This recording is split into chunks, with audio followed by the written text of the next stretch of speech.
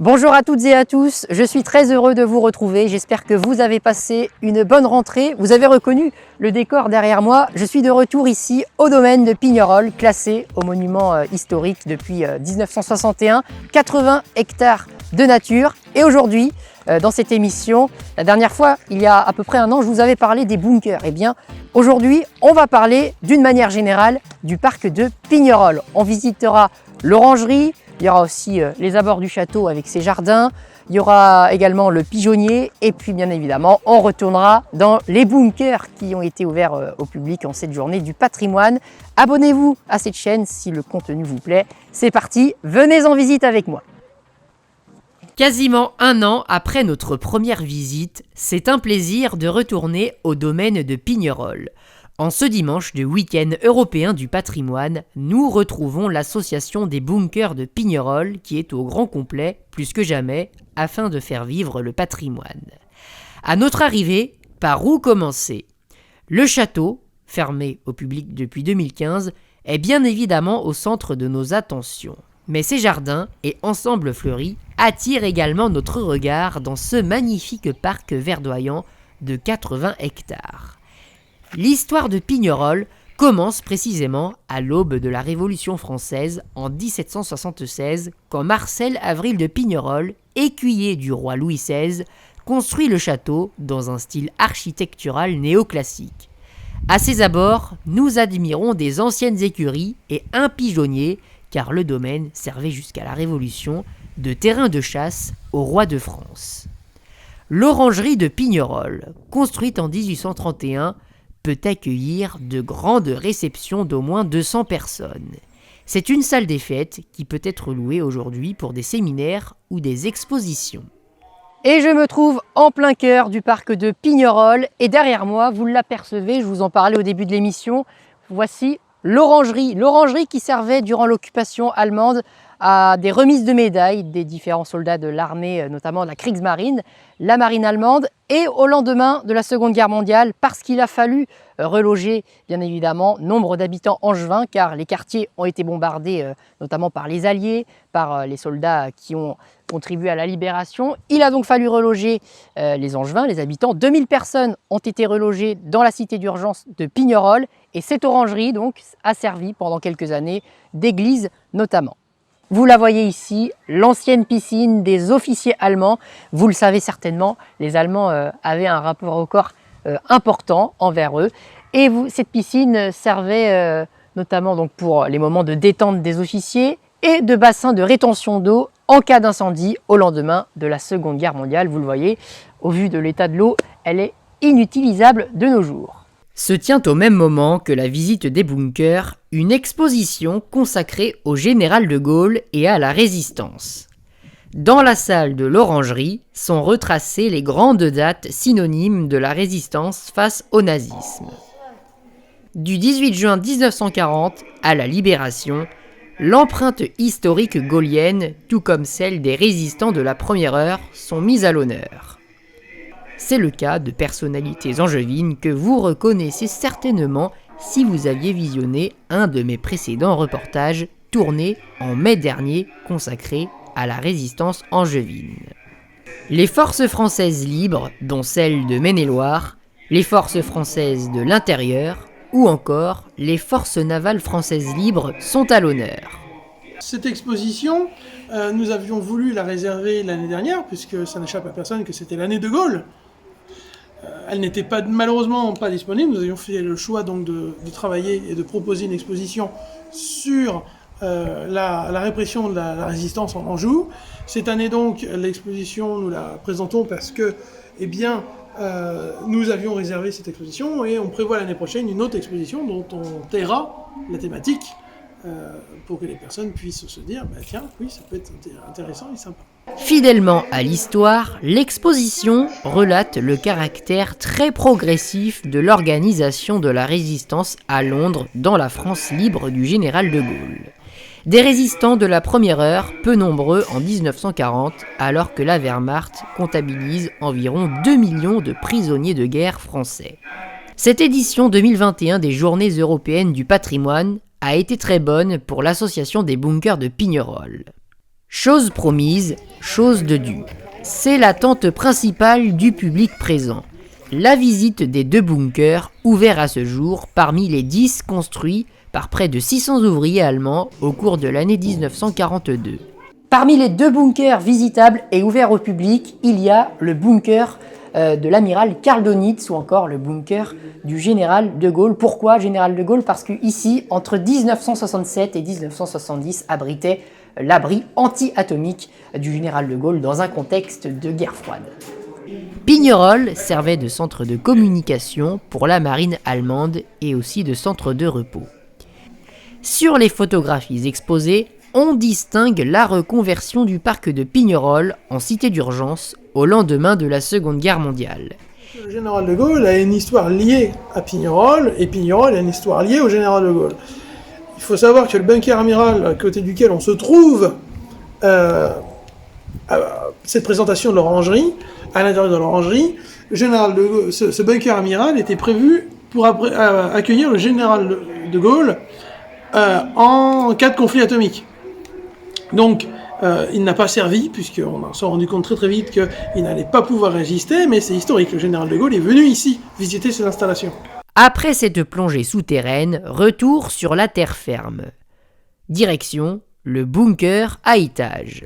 Avec un niveau 0 et 2 étages, ce bunker à étages, comme son appellation l'indique, demeure assez unique. L'état-major des sous-marins de la Kriegsmarine était situé ici. Nous pouvons y voir des portes coulissantes d'époque, couleur jaune, Afrika Korps, ou encore des bouches de dépressurisation en cas d'attaque au gaz pour faciliter le retour de l'oxygène. Écoutez, je suis très heureux d'être venu aujourd'hui dans le cadre des Journées du patrimoine au bunker de Pignerol. Je trouve la visite passionnante, très intéressante, parce que c'est un lieu qui est à la fois au cœur de notre histoire angevine et qui nous apprend beaucoup le passé triste que nous avons pu avoir entre les années 40 et 44. La visite du bunker à 2 étages, comme vous le dites, est passionnante. On y apprend plein de choses sur le modèle de construction allemand, sur l'histoire de Saint-Barthélemy en elle-même, et aussi sur la pratique qui avait été faite au moment de la Seconde Guerre mondiale de destruction massive des archives et tout ça pour éviter d'avoir une trace allemande. Je tiens à remercier l'association Mémorial du bunker de Pignerol parce qu'ils font un travail remarquable. Je pense qu'aujourd'hui, si on a envie d'avancer dans le présent, on ne peut pas omettre le passé, on a besoin du passé pour construire le présent. Et c'est en ça que des associations comme ça qui permettent d'avoir un regard sur le patrimoine tout en préservant la culture, c'est indispensable et vous faites un grand travail. Merci à vous. Plusieurs photographies nous rappellent l'importance stratégique de Pignerol pour les Allemands. En témoignent les séjours multiples de l'amiral Karl Donitz, successeur d'Adolf Hitler à la tête du Troisième Reich dans ses derniers jours, après le suicide du Führer. La salle de bain et les appartements d'époque sont toujours conservés au dernier étage du château de Pignerol, à l'extérieur, mais inaccessibles depuis sa fermeture en 2015. Ce sont tous des officiers sous-officiers du génie allemand, en 1941. Donc on est à l'arrière du château. Ces photos permettent d'abord de percuter que la guerre est jouée ici et de voir aussi comment était notre patrimoine. Donc chauffé, ventilé, dépressurisé. Et nous sommes en 1942. Vous voyez qu'un bunker n'est pas qu'un tas de béton, c'est vraiment bourré de technologie. Quand on vient à Pignerol le dimanche, il y a 80 ans, des 1000 soldats allemands ici. Vous voyez, là, la corrosion, puisque le béton devient un peu poreux avec le temps, puis c'est plus ventilé, c'est plus chauffé, donc il y a la corrosion, et on voit que, vous voyez, le béton, là, il a pris la forme arrondie lorsqu'il a séché. Il a pris la forme de la partie métallique.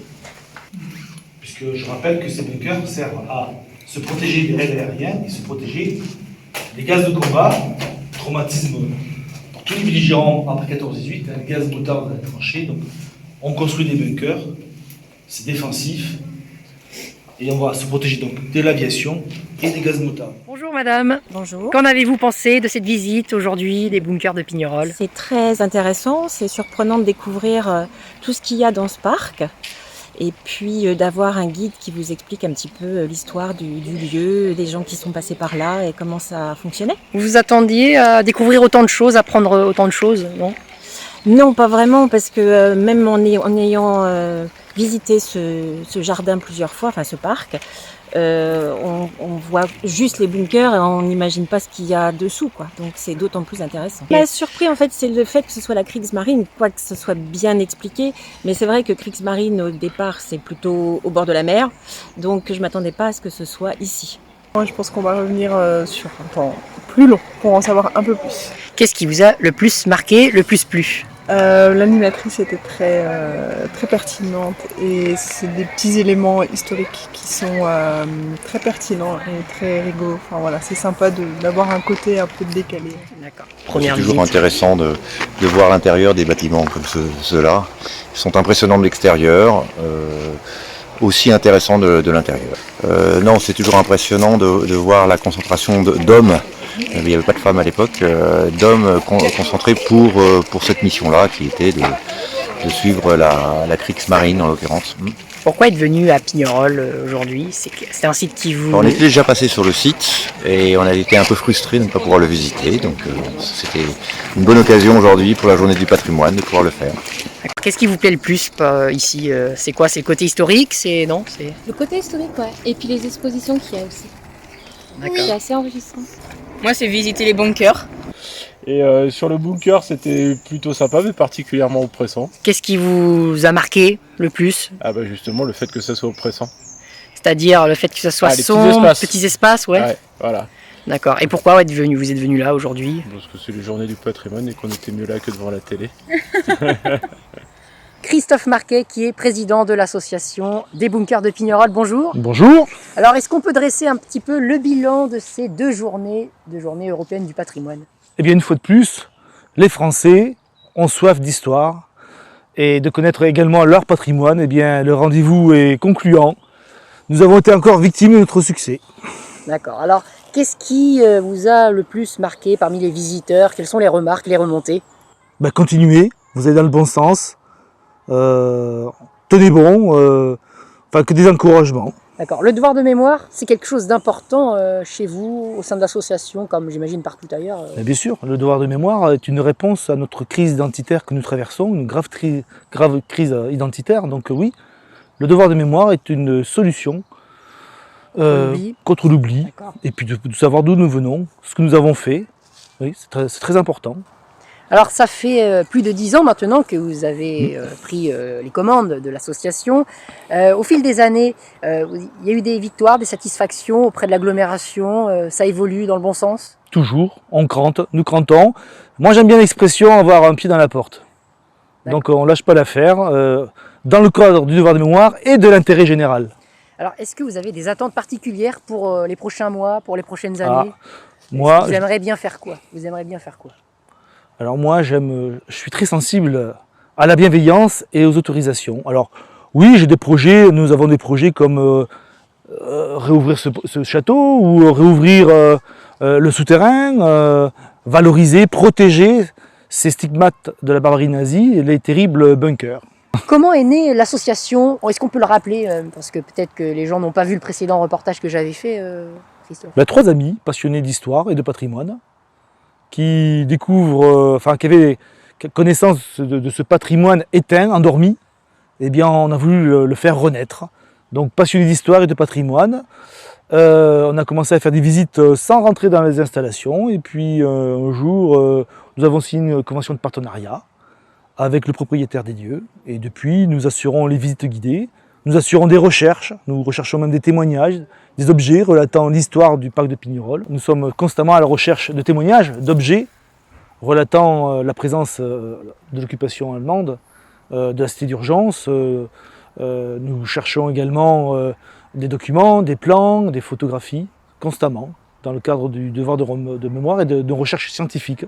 Car le devoir de mémoire, il n'est pas réservé aux sachants, aux professeurs d'histoire, aux archivistes, mais aussi à la population, à la base, au peuple. C'est la fin de cette émission de reportage. Merci à vous de l'avoir suivie. J'espère qu'elle vous a plu et surtout que vous avez appris plein de choses aujourd'hui, enfin surtout découvert plein de choses ou redécouvert, on va dire d'une manière un peu plus approfondie, le domaine de Pignerol. N'hésitez pas à retrouver toutes mes vidéos, tous mes anciens reportages sur cette chaîne YouTube. N'hésitez pas à les partager, à vous abonner également, ça me fera toujours plaisir. Merci à vous de m'avoir suivi. Merci à l'association des bunkers de Pignerol de leur accueil toujours chaleureux comme d'habitude. Et moi je vous dis à bientôt pour de nouvelles aventures. Au revoir.